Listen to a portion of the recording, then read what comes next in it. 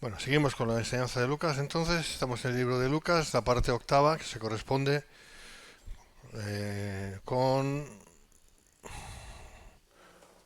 eh, bueno, donde lo dejamos, ¿no? Que es el capítulo 2, del 48 en adelante, lo dejamos ahí. Vamos a retomarlo. Todas las cosas, si se pueden retomar, mejor. Las cosas que valen la pena, si no, no. Esto sí vale la pena, entonces vamos allá. Bien, nos encontramos en cuando estaban José y María, estaban con el niño Jesús, era niño Jesús, tenía pues 12 años, ¿no? Y estaban en Jerusalén y porque fueron a la fiesta de la Pascua, como todos sabéis, ¿no? Iban cada año, dice. Y está en ese contexto, ahí lo dejamos y comentamos un poco, pero no avanzamos demasiado. Entonces leemos, cuando le vieron se sorprendieron y le dijo su madre, lo sabéis, ¿no? Que habían ido como unos días de camino, 3 días de camino, creo, o dos, no me acuerdo ahora. Unos días de camino, un tiempo, unas horas de camino y con eso ya queda arreglado. Y con que iban en grupos separados, pues los hombres iban por un lado, las mujeres por otro, pues unos pensaban, bueno, estará con las mujeres y ella pensaba, pues estarán con los hombres, ¿no? Pues no, ni una cosa ni otra. Y fueron, y claro, cuando se dieron cuenta, pues fueron a buscarle, normal, ¿no? Entonces, un día, como poco, de vuelta, que ya perdieron, y otro día buscándolo, y al tercero lo encontraron. Siempre al tercer día, ¿no? ¿Os dais cuenta? Es interesante, ¿no? Entonces, cuando le vieron, se sorprendieron y le dijo su madre, hijo, ¿por qué nos has hecho así? Bueno, esto es una manera muy humana de hablar, ¿no? Es típico de las madres.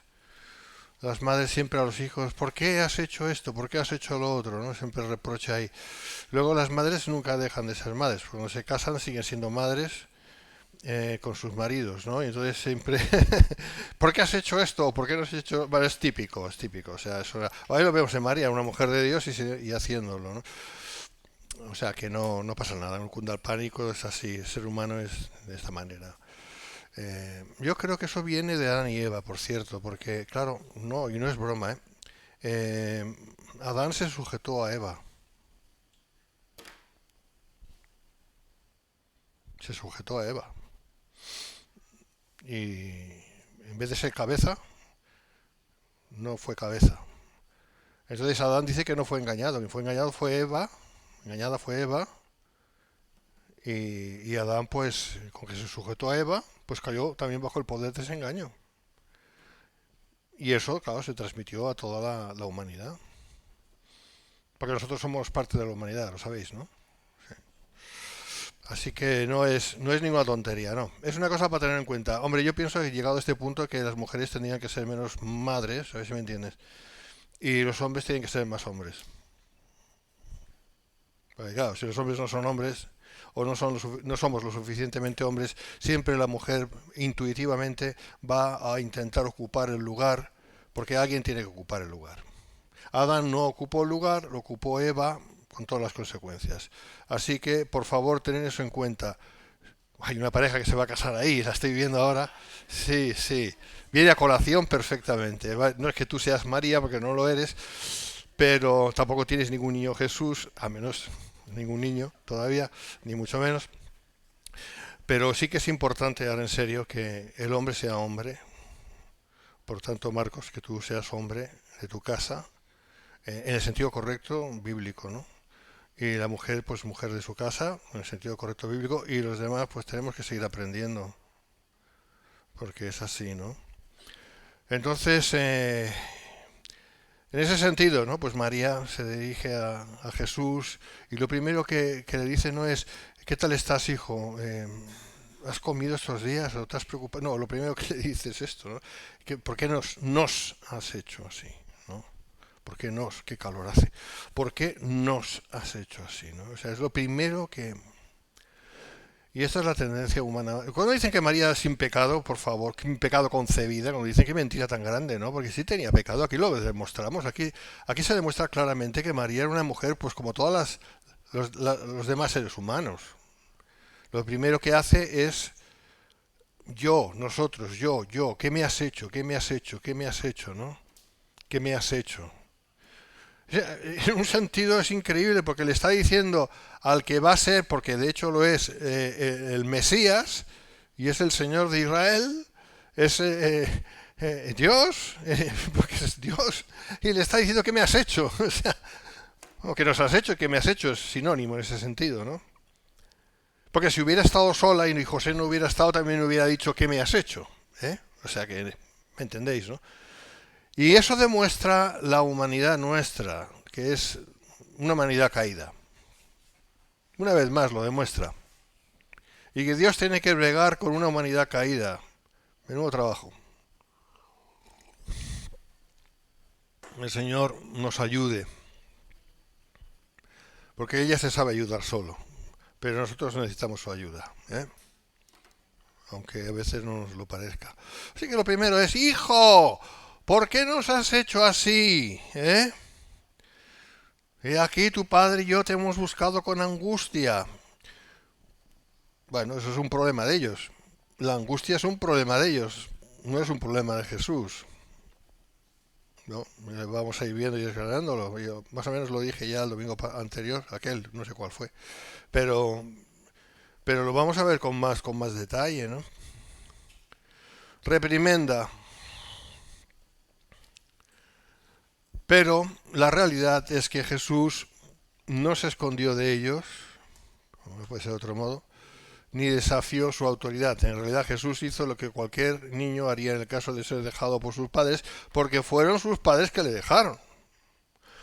Bueno, ya sabemos que por ignorancia, por no saber, por no conocer la situación, por uno creer que el otro, uno pensar que el otro, falta de comunicación. Hombre, mira, falta de comunicación.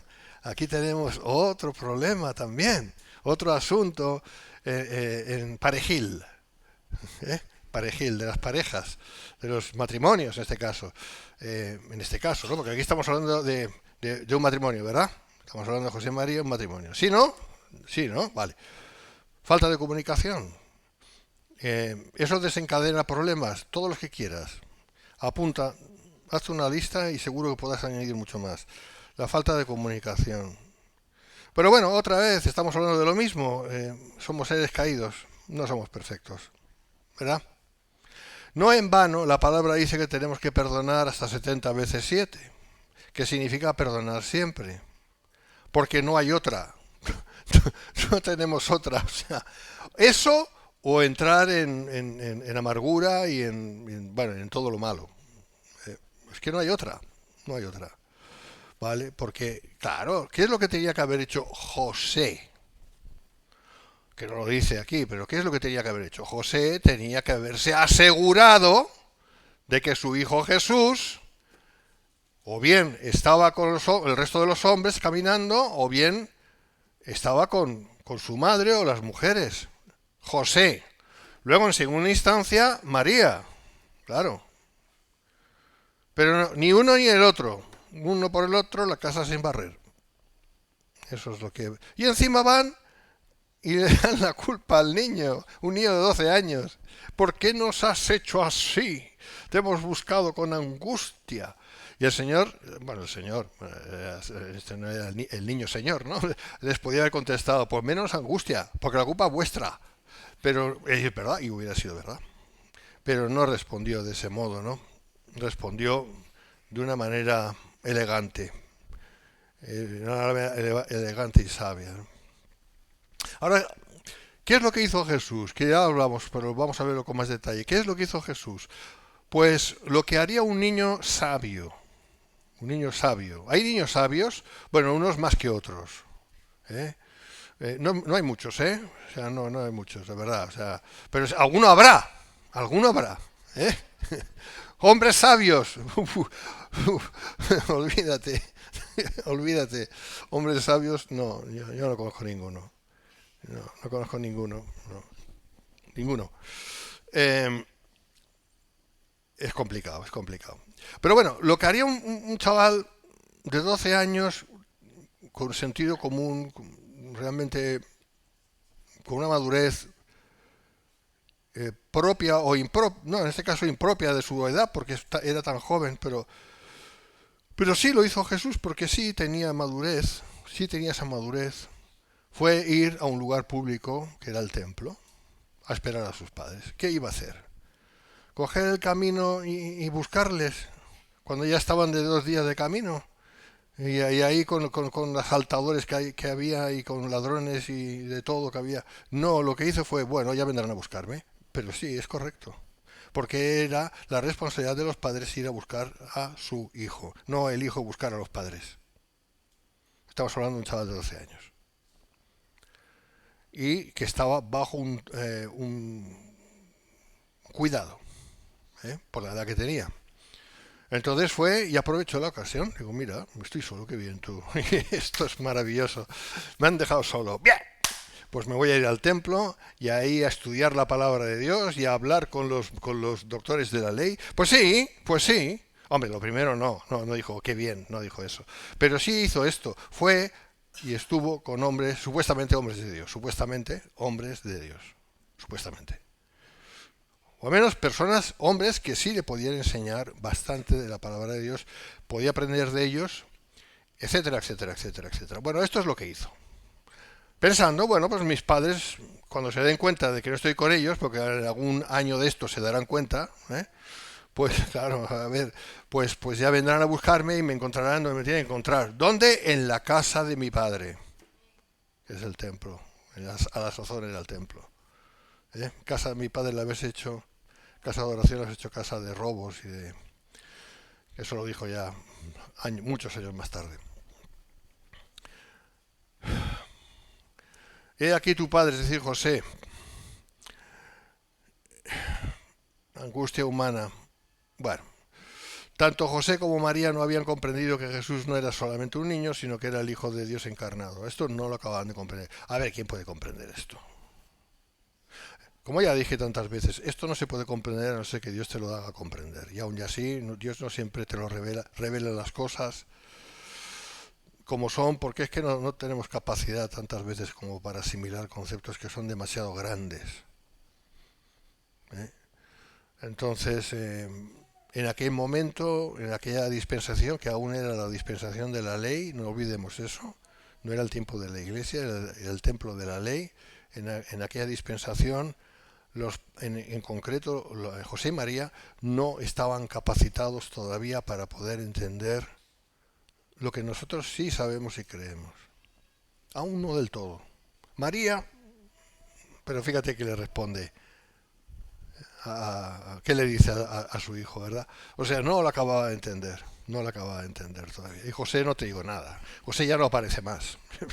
No sabemos qué pasó con José, ya no aparece más, ¿no?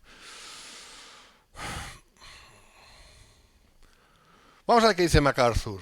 Dice, como un contraste a la explicación de María sobre tu padre, en el versículo 48 la respuesta de Jesús no fue insolente, pero sí revela sorpresa genuina de que ellos no supieran dónde encontrarlo. Esto también revela que a esa edad tan temprana él ya tenía una conciencia clara sobre su identidad y su misión. Porque claro, lo que le dijo el Señor, lo que le dijo el niño Jesús, porque es así que se puede decir, a María es las cosas de mi padre, ¿no? Me es necesario estar, que hemos leído en mis cosas de mi padre. Claro, María, tu padre, ¿qué padre? ¿Cuántos padres tienes tú? O sea, a ver, ¿cómo va esto? Y es como que María en ese momento tenía que pensar bien y afinar bien su pensamiento, ¿no? A ver, ¿qué? Y claro, se quedaría seguramente bastante sorprendida de la respuesta de su primogénito, ¿no? De su hijo, de su hijito, porque era su hijito, es verdad, ¿no? Como le habla y como le dice las cosas de mi padre, y se estaba refiriendo al padre, a Padre Dios, ¿no? Así que tremendo lo que estamos viendo ahí en el Evangelio. Bueno, versículo 51 dice, y descendió con ellos y volvió a Nazaret y estaba sujeto a ellos. Es impresionante esto, ¿no? Como el Dios del universo no solamente se hace criatura humana, sino que además se sujeta a criaturas humanas. Madre mía. A ver, madre mía es una expresión, ¿eh? O sea, la verdad es que no me gusta, ¿no? Principio que no tengo madre ya, pero bueno. Dios mío, que sí que tengo, ¿no? ¿Cómo ¿Cómo es posible eso, no? ¿El qué? Ah, sí, está el sujeto. ¿Cómo es posible? ¿Cómo es posible, no? Humanamente. Porque claro, Jesús a la sazón tenía comprensión de quién era.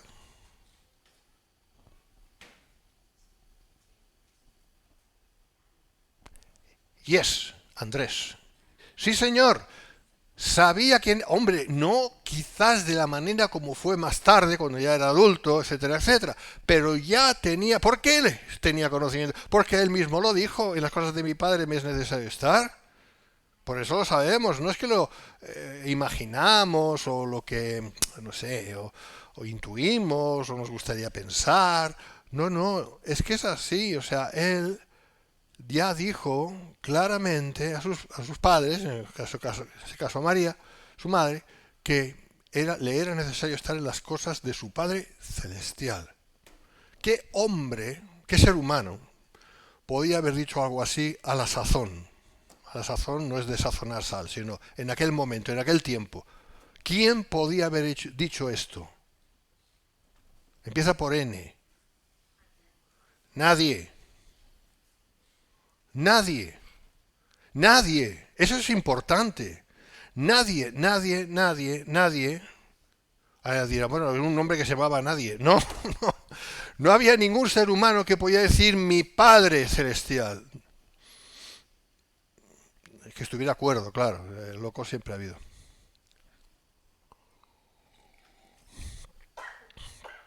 Así que un chaval de 12 años, y posiblemente ya antes, ¿no? Tenía entendimiento de quién era. ¿Tendría entendimiento de lo que le iba a pasar? ¿Sabría lo que le iba a pasar? O, dicho de otro modo, ¿sabría por qué vino al mundo? Yo creo que sí. Ah, ¿tú te imaginas un chaval de 12 años teniendo esta losa encima suyo? Porque eso humanamente es terrible. Tú has venido a este mundo a palmarla. Pero pronto, o sea, cuando seas jovencito y vas a sufrir lo que ningún ser humano ha sufrido. Claro, y nosotros nos quejamos, ¿no? Yo el primero de las cosas. Qué necios somos. Un chaval de 12 años tenía bastante claro el por qué había venido al mundo y lo que le iba a pasar. Y me dirás, bueno, porque tenía la gracia de Dios. Ya, sí, pero yo también. Y tú. Y no reaccionamos así, de bien, tantas veces.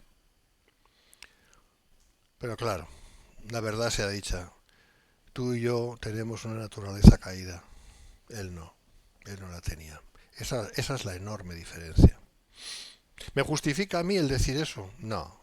Pero es la realidad. Y la realidad es la que es. No. Y la verdad, como dicen, es tozuda. Súper tozuda.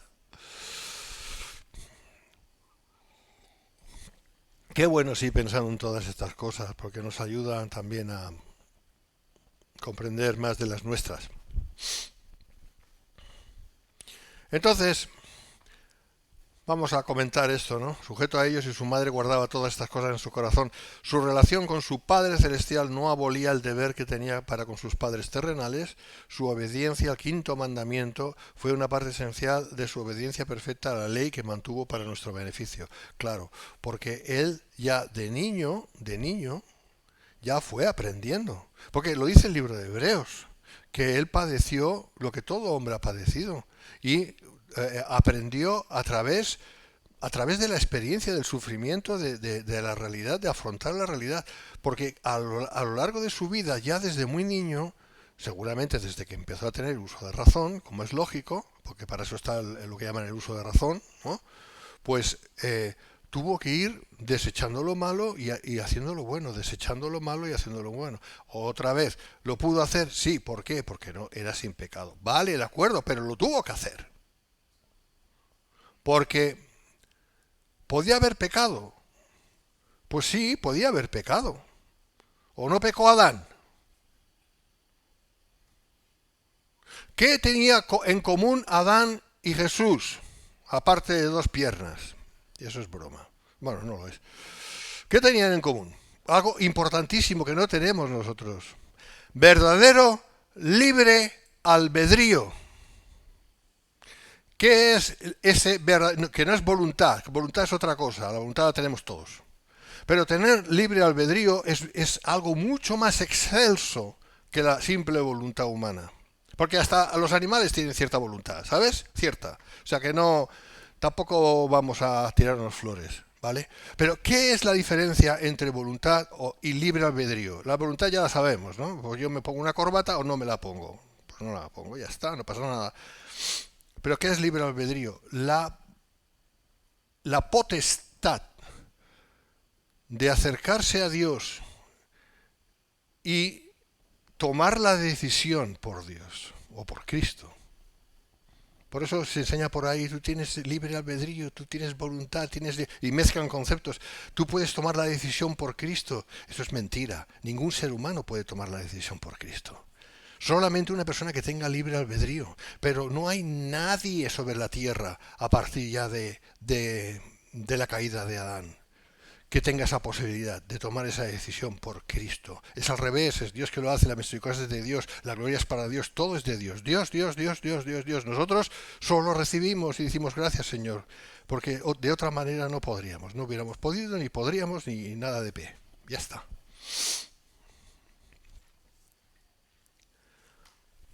Libre albedrío es esto.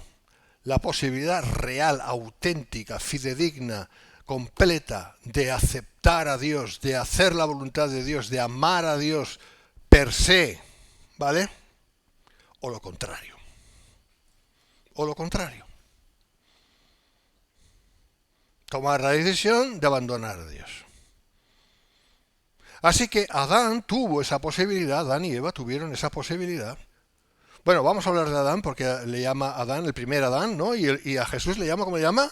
El postrer Adán, ¿verdad? O sea que está hablando de 2 Adanes, ¿verdad?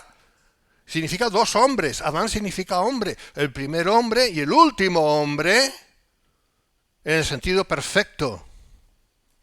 Perfecto. Adán fue creado perfecto. Jesús, como hombre, fue creado perfecto. Adán pecó. ¿Por qué? Porque tenía libre albedrío y decidió apartarse de Dios porque le dio la gana. Punto. Los motivos, todos los que quieras decir y los que... O sea, toda justificación que Adán pudiera haber aportado, que aportó un montón, no vale para Dios. Ya lo sabemos. No fue justificado Adán por sus justificaciones. Y toda la humanidad estaba en Adán. Por eso cuando cayó Adán, cayó toda la humanidad. Ese es el porqué de cómo estamos. Jesús fue el postrer Adán, el último Adán creado, como hombre creado, ¿no? Como Dios no, lógico, pero como hombre creado, nacido de María, de una mujer pues pecadora como todos los demás seres humanos, y con naturaleza caída, pero él sin pecado. Así que en ese sentido, teóricamente, podría haber pecado, y entonces se hubiera acabado todo. Sabemos no. Dios sabía que eso no iba a pasar, porque fue escogido como cordero sacrificial desde antes de la fundación del mundo. O sea, Dios juega siempre con ventaja, ¿eh? Para bien.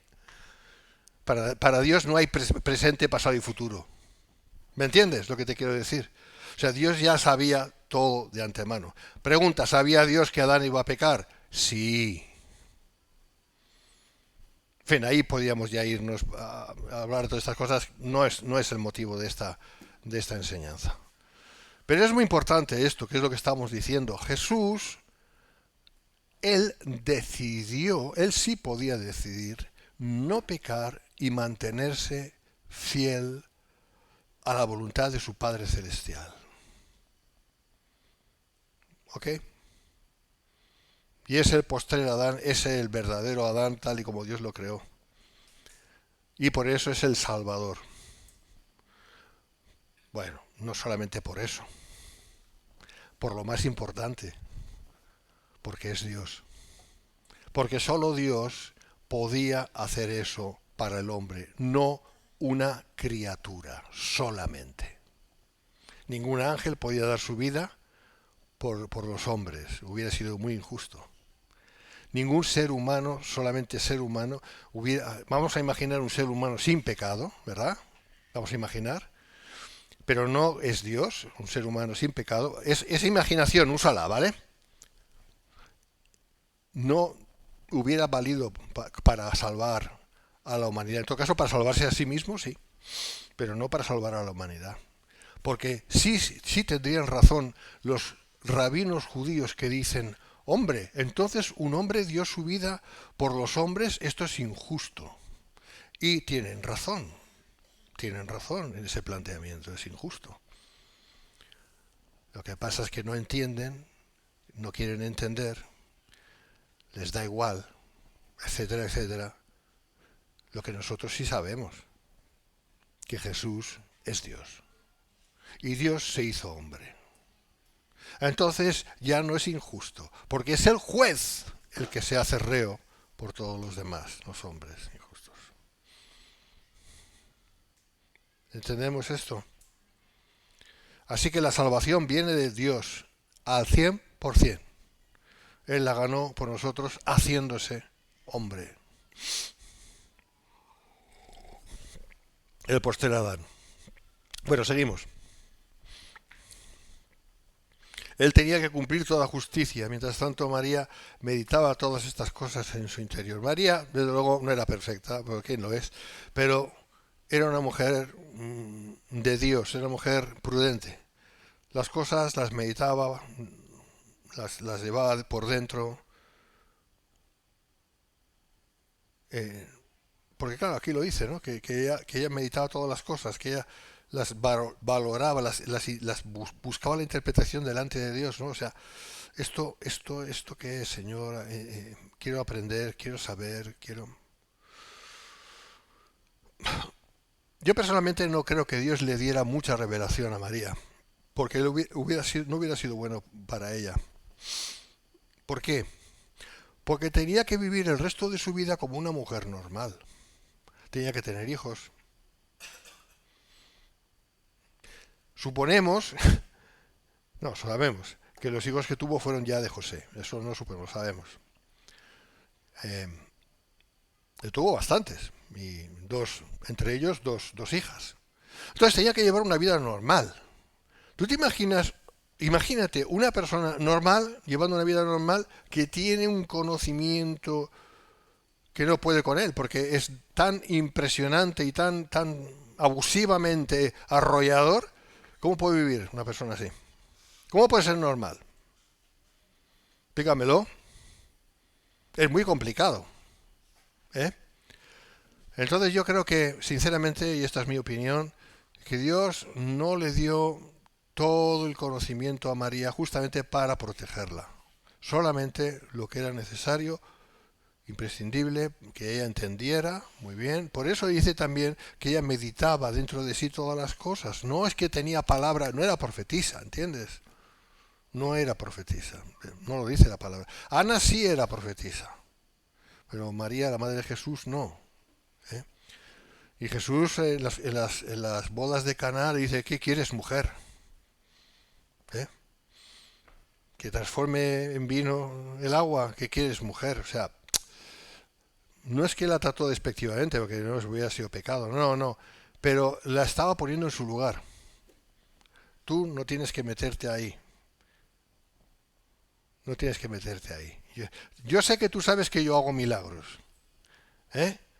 Y que puedo cambiar el agua y hacerla vino. Por eso me lo pides. Por eso me pides. Pillina, que te he pillado. Por eso estás ahí, venga, venga, venga.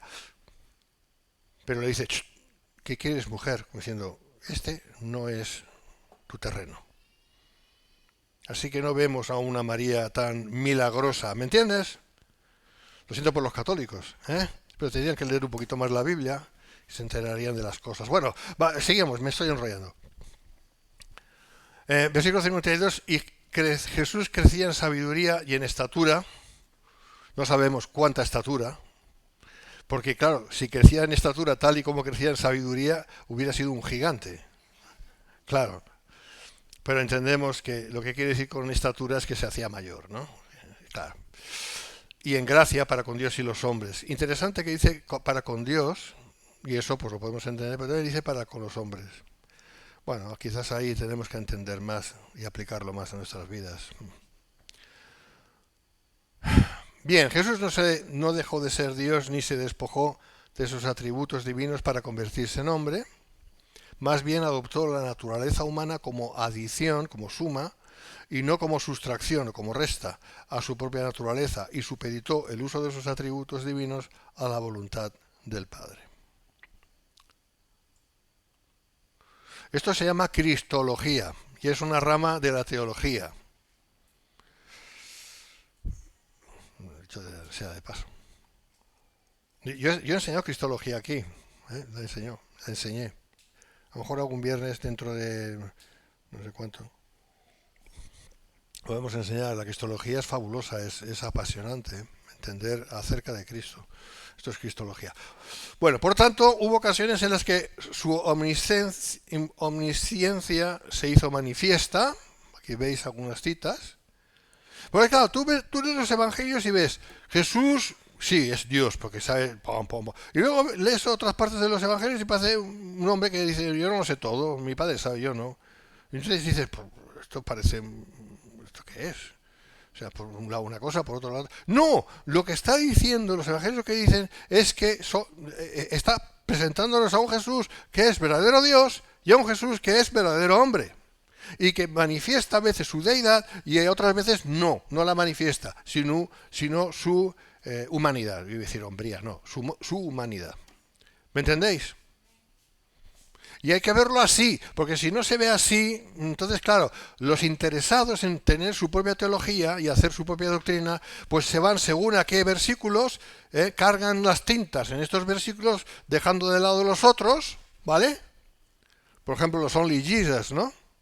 Que es una secta pentecostal, pseudo-pentecostal, los solo Jesús, Only Jesus. No sé si habéis oído hablar de ellos. Bueno, es igual, no pasa nada. Que dicen que Jesús es Dios, o sea, que Dios es Jesús. Y ya está. Ni Padre, ni nada, ni Espíritu Santo. Que Dios es una sola persona y es Jesús. Así se entiende mejor. Que Dios es una sola persona y es Jesús. Y entonces que Jesús es el Padre, es Jesús y es el Espíritu Santo toda la vez. Eso es lo que enseña, ¿no? Entonces, claro, tenemos un cacao maravillado ahí. Pero claro, ¿qué es lo que hacen? Pues van a ciertos versículos, sobre todo de los evangelios, donde se habla de la deidad de Jesús, pero no hablan de otros versículos que se habla de la humanidad de Jesús y no de la deidad de Jesús. Y ahí es donde patinan y tenemos un gran problema. Tenemos un gran problema que al final... Pues hay mucha gente engañada en esto, ¿no? Entonces, no. En eso el catolicismo romano tiene la razón. Y no es porque le tenga la razón el catolicismo romano. La Biblia tiene la razón, pero esto está extraído de la Biblia. Esta doctrina católico-romana, que Jesús es verdadero Dios y verdadero hombre. ¿Vale? Esta es la doctrina cristiana. Solo así podemos entender acerca de Jesús. Porque si no... nos vamos a ir a un extremo o al otro y tenemos entonces un gran problema. Entonces, por lo tanto, hubo ocasiones en las que su omnisciencia se hizo manifiesta y otras en las que fue velada bajo su humanidad en sujeción a la voluntad del Padre. Porque cada vez que mostraba su humanidad es porque estaba sujeto a la voluntad del Padre. ¿Me entiendes? ¿Sí? ¿Ah? En consecuencia, Cristo estuvo sujeto a los procesos normales de crecimiento humano en el ámbito intelectual, físico, espiritual y social. Bueno, vamos al capítulo 3, hermanos. Sí. No vamos a leer porque si no me voy a llevar mucho tiempo. Leedlo vosotros tranquilamente, en casa, donde queráis. Ahora, acordémonos que Lucas se dirige a Teófilo, ¿vale? ese mandatario, esa persona, seguramente un noble de la corte del César, ¿vale? Que había creído, y entonces Lucas le explica todo. Lucas hace un trabajo de investigación impresionante, pensando primeramente en Teófilo, es decir, pensando en alguien que tenía, que era gentil, que era romano, gentil. Por eso el Evangelio de Lucas es un evangelio que la terminología es muy griega, no es hebrea. ¿Me entendéis, no? Mateo es lo contrario. Bien, acordémonos, de hecho, de los 4 evangelios, el que es más hebreo es Mateo, porque el de Juan no lo es. El de Marcos tampoco, porque es muy romano, muy escueto, muy al grano. Y Lucas, pues ya estábamos diciendo que tampoco era muy hebreo. Pero, ¿por qué? ¿Por qué? Porque ya Dios tenía preparada la iglesia. Y la iglesia mayormente está constituida por gente de origen gentil. ¿Por qué? Porque ya el Señor dijo a los judíos: vuestra casa os es dejada desierta y no me veréis hasta que digáis bendito el que viene en el nombre del Señor. Y ahí empezaba ya la iglesia, prácticamente ahí. Bueno, en Hechos 2, pero ya me entiendes, unos días más tarde, después de resucitar Él. Me seréis testigos hasta lo último de la tierra. Bien, así que los evangelios van dirigidos primariamente al conocimiento de la mente gentil, pero, y eso es muy importante, están también a su vez dirigidos a los judíos, porque el cumplimiento de lo que Jesús dijo iba en primera instancia hacia los judíos, no hacia la iglesia. ¿Por qué? Porque en el tiempo de Jesús no existía la iglesia. Así que hay que saber encajar esto bien, encajarlo bien. Es lo que siempre os explico. Mateo 24 es un episodio eminentemente escatológico y va dirigido a Israel, no a la iglesia. Entre otras cosas, por eso no se habla del arrebatamiento. No se habla del arrebatamiento de los evangelios, excepto en una porción de Juan. En cambio, sí, se habla del arrebatamiento en las doctrinas paulinas, en las epístolas paulinas, en 2 de ellas en concreto. Bueno, siempre me enrollo, hermanos, lo siento. Pero bueno, son datos importantes, ¿no? Porque hemos de aprender. Así que seguimos. Bien, en el año, esto es tela marinera, ¿eh? O sea, prestad atención, aquí es historia, esto es historia, ¿eh? En el año 15, o sea, 15, ¿vale? Del imperio de Tiberio César. Tiberio César era un ser repugnante, más malo que la tiña, perverso hasta la saciedad. ¿Vale? Para que veáis en qué tiempo vivió Jesús. Primero con Octavio César y luego con Tiberio, su ahijado. Terrible. Bueno, sigo, Miguel, te enrollas. En el año 15 del imperio de Tiberio César, siendo, voy a decir una cosa más, ¿por qué se llamaba el lago Tiberíades? El mar de Galilea, lago Tiberíades, por Tiberio. Vale, sigo. Siendo gobernador de Judea Poncio Pilato y Herodes tetrarca de Galilea y su hermano Felipe tetrarca de Iturea y de la provincia de Traconite. Los ingleses dicen Traconite, claro.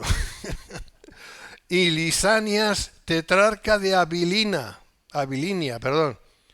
O sea, aquí vemos a Lucas poniéndolo, no claro, no, lo siguiente. O sea, mira, yo no sé ya qué más decir para que te quede claro.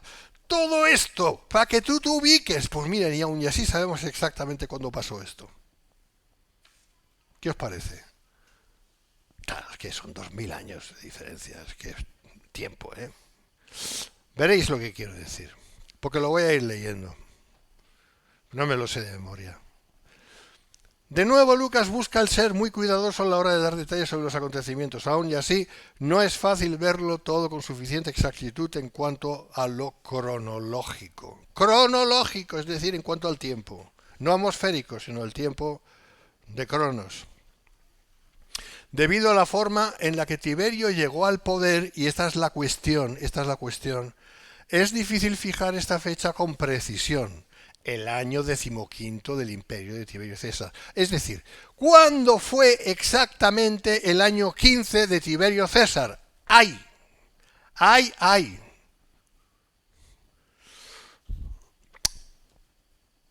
Hay una resolución por parte de muchos, y ahora veremos, que yo pienso que es la correcta.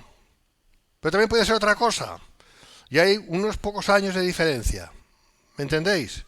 O sea, ¿qué quiero decir con esto? Que Lucas, y buscando ser lo más preciso posible, lo consiguió para con Teófilo. Sí, Teófilo entendió perfectamente el tiempo porque vivió en la época prácticamente. ¿Me entendéis? Pero para nosotros que vivimos 2000 años, casi 2000 años, no, 2000 años ya, 2000 años, más de 2000 años, después de aquellos acontecimientos, es más complicado, pero es normal. Pero aún y así, la diferencia puede ser de pocos años, que tampoco es tan grave. ¿Bien? Vale. Cuando el Senado romano declaró emperador a Augusto, ¿os acordáis, no? De Octavio Augusto, que fue verdaderamente el primer emperador deificado, ¿no? Se consideró Dios a sí mismo. Lo hicieron con la condición de que su poderío llegaría a su fin con su muerte en lugar de ser transmitido a sus herederos. Esto siempre ha sido así. Ahora digo una cosa, jamás pactaré con Bildu, ¿eh? ¿Cuántas veces lo tengo que decir? Jamás pactaré con Bildu. Y va y pacta con Bildu. ¿Por qué? Porque cambia de opinión. Pues esto, hermanos, es tan viejo como el andar. Decir una cosa y hacer la contraria. Así son los políticos. No importa si son políticos politicuchos o si son políticos de las altas esferas, como eran esta gente, que les tenían por Dios. O sea, no es cualquier cosa. ¿Eh? Así es el ser humano. Pero eso no es para aprenderlo, eso es para rechazarlo. ¿Me seguís? Vale. O sea, que hicieron César, es decir, emperador Augusto, que se cambió el nombre por Augusto, como el máximo, el rien ne va plus, ¿no?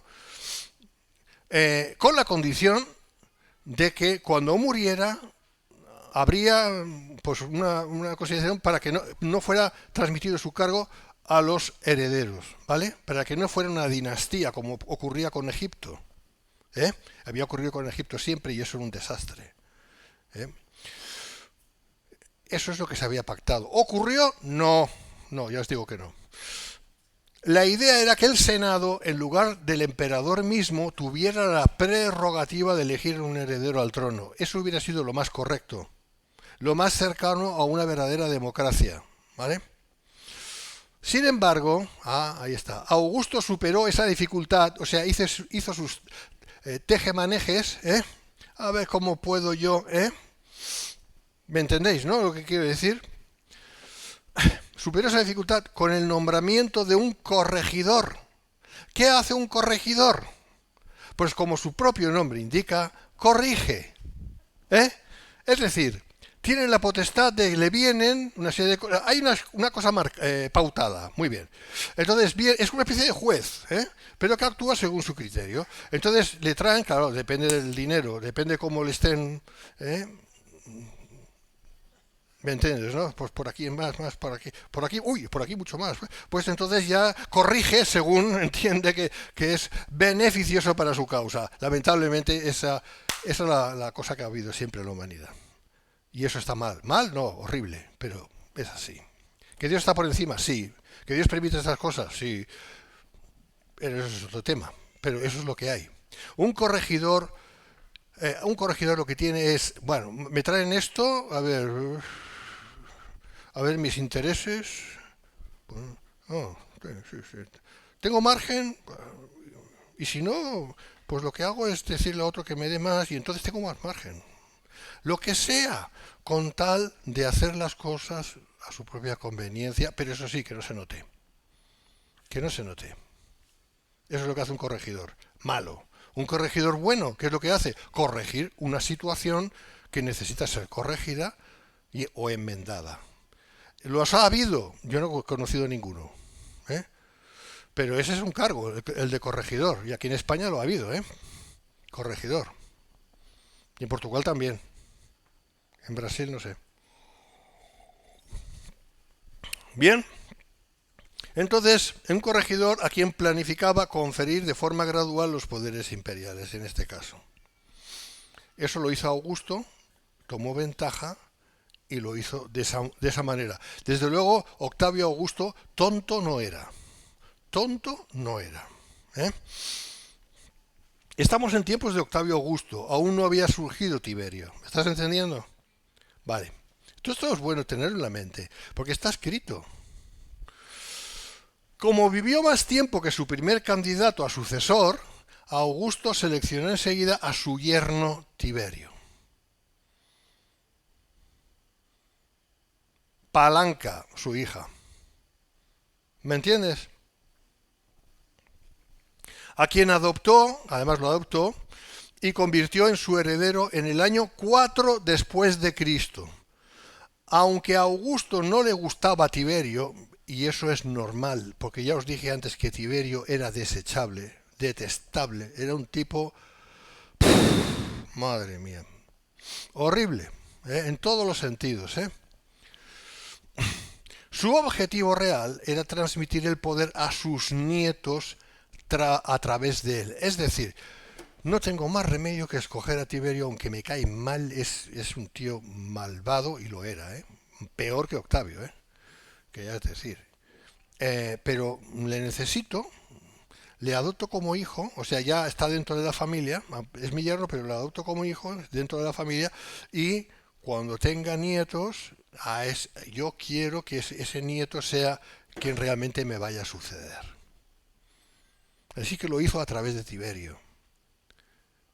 Eso en el Imperio Romano, ¿vale? Estamos hablando del Imperio Romano. Este es el surgimiento no de la República Romana, que eso ya había pasado, sino del Imperio Romano como tal. Por cierto, la cuarta bestia de Daniel. Tiberio se convirtió en corregidor el año 11 después de Cristo, mira bien las fechas, y así se convirtió de forma automática, claro, porque ya lo era, en único gobernante al morir Augusto el 19 de agosto del 14. Es decir, de alguna manera Octavio le dio la autoridad por encima del Senado a Tiberio para que Tiberio llegara a ser el siguiente emperador, ¿vale? Siempre Octavio teniendo en cuenta que lo que quería es que algún nieto suyo fuera el emperador, pero bueno, tenía que hacerlo a través de Octavio, a través de Tiberio, y de ese modo pues Tiberio llegó a ser emperador porque no había otra. ¿Por qué? Porque él mismo se hizo emperador. ¿Por qué? Porque era el corregidor. Vaya maniobra. Todo muy legal, ¿eh? Todo muy conforme a la Constitución. ¿Me estás entendiendo? ¿Me entendéis? No se saltó ninguna norma. Te das cuenta que incluso con la misma ley se puede hacer y deshacer. Eso es tan viejo como esto. ¿Te das cuenta? Entonces, y así se convirtió de forma automática en único gobernante al morir Augusto el 19 de agosto del año 14 después de Cristo, conforme al calendario gregoriano, el nuestro. Si la cronología de Lucas toma como punto de partida el nombramiento de Tiberio como corregidor, el año 15 sería el 25 o el 26 después de Cristo. O sea, el año 15, que está hablando en el año 15, ¿verdad? Entonces se correspondería con el 25 o el 26 después de Cristo conforme a nuestro calendario. Siempre si partimos de la fecha de Tiberio como corregidor. Si Lucas calcula el tiempo, por otra parte, a partir de la muerte de Augusto, que sería lo más razonable, ¿verdad? Esta fecha caería entre el 19 de agosto del 28 después de Cristo y el 18 de agosto del 29 después de Cristo. En mi opinión, y la opinión de muchos, esta sería la posibilidad más real, porque encaja bien en los tiempos que nosotros conocemos. Que Tiberio llegó a ser, o sea, que el año decimoquinto del reinado, la palabra, del reinado de Tiberio fue o bien en el 28 o bien en el 29 después de Cristo. Más o menos, porque los años varían, las fechas varían, los meses, etcétera, etcétera. Otro hecho adicional complica la determinación de una fecha precisa, solamente para aquellos que sois un poquito más frikis de esto. Los judíos contaban el mandato de un gobernante a partir del año nuevo judío que venía después de su ascenso, de modo que si Lucas empleó el sistema judío, las fechas tendrían que adelantarse un poquito. Pero vamos, poca cosa, ¿vale? Así que cuando dice en el año, ¿dónde está? Capítulo 3. Se ha ido. Bueno, aquí. En el año 15 del imperio de Tiberio César estaríamos hablando del año 28 o quizás 29 de nuestra era. ¿Ok? ¿Qué es lo que pasó? Lo que veremos ya otro domingo, porque ahora ya no hay tiempo. Pero es lo que está diciendo aquí, ¿no? Y va a hablar de Juan y del ministerio juanino. No Juanete, Juanino. ¿Eh? Bueno, solo para rematar esto, de los otros nombres sabemos su historia bien, así de los, porque claro, habla de otros políticos, ¿verdad? Tetrarca de no sé qué, tetrarca de no sé cuánto. Vale, tetrarca significa el rey de 4 partes, 4, tetra, es 4 en griego, ¿vale? Bueno, sabemos su historia bien, pero en cuanto a Lisanias, que es el último que menciona, solo sabemos que fue gobernador del área noroeste de Damasco. No tenemos muchos más datos, ¿vale? Pero bueno, Teófilo sí sabía quién era ese. Bien, y aquí lo vamos a dejar, porque también habla de Anás, Caifás, etcétera, etcétera, y lo que pasó, pero eso lo veremos otro domingo, porque ahora ya los tengo demasiado aburridos y no quiero eso tampoco. Yo estoy un poquito cansado.